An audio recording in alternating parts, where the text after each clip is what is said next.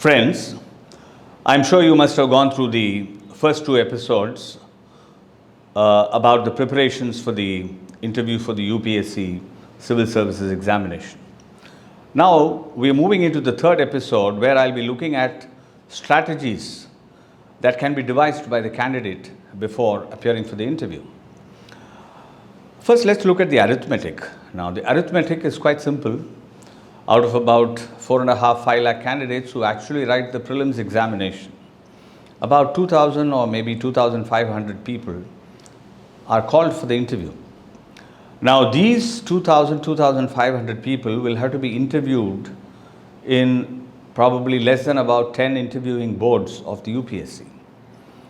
This would mean that roughly they'll have to cover about 10 to 12 candidates at least per day when interviewing the candidates. Assuming that a particular interviewing expert gets to prepare questions for these candidates, he or she will have to prepare at least 40 to 50 questions per day and for so many days when the interview will be going on. You will agree with me that this is humanly impossible. And therefore, most of the interviewing experts actually would ask questions from information either given by you in your biodata or based on answers given by you for certain questions asked, or based on information given by you when you give your introduction. And that's the reason why I said the introduction is very important.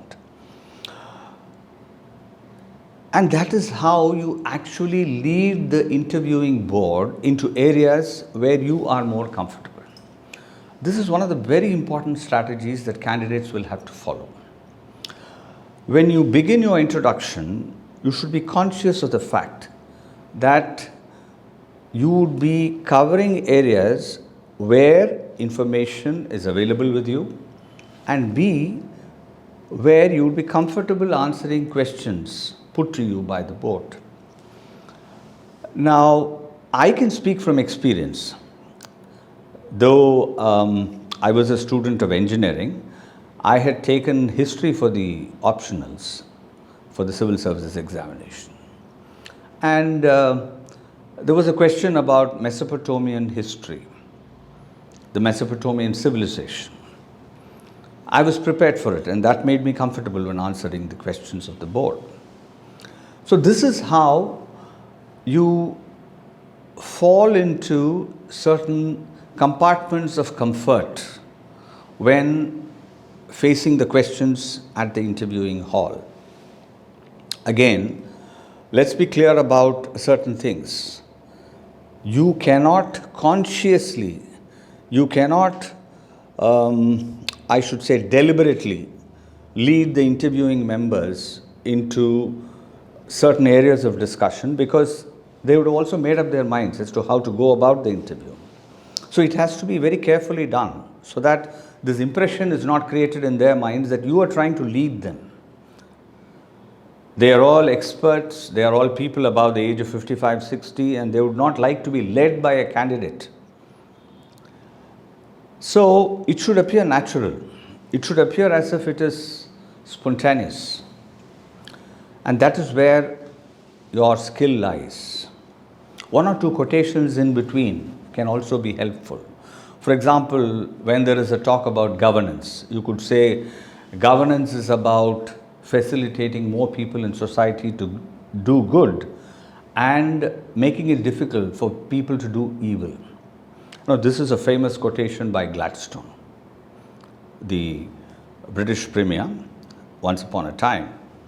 Again, you could also use certain quotations like, the environment is a treasure which should not be considered as an inheritance from the past, but should be considered as a borrowing from future generations.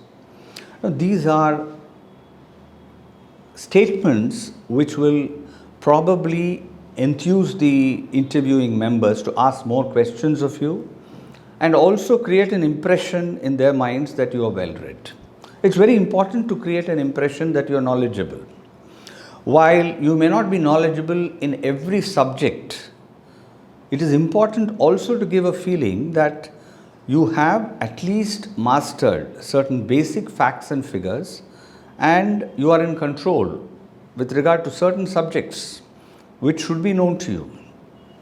Again, statistics about matters like population, literacy levels, foreign trade, balance of trade, foreign exchange reserves, etc. are very important.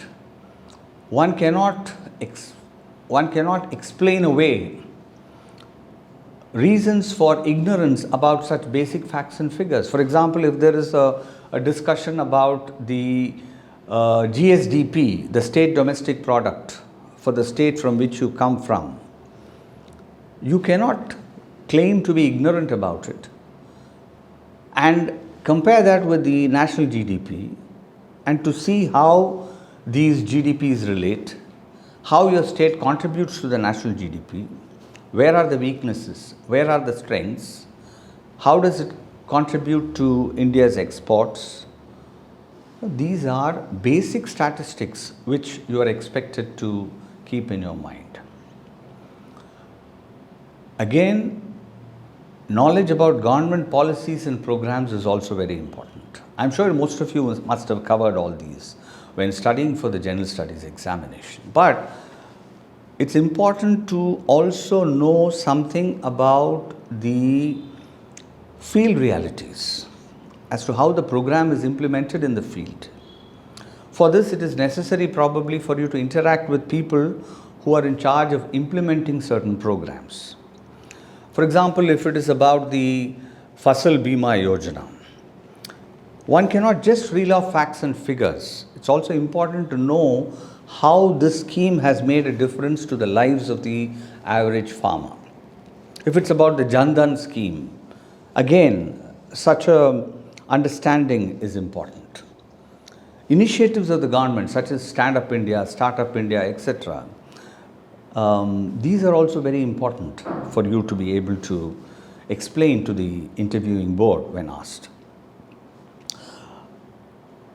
One or two points which have come up in the form of a feedback for the earlier episodes relate to the kind of biodata that can be filled in. There are points about what can be entered in the category called hobbies. Some people talk about social media, some people talk about memes creation, etc. While these are very interesting points, you must remember that there is a generation gap between candidates and those who are interviewing the candidates.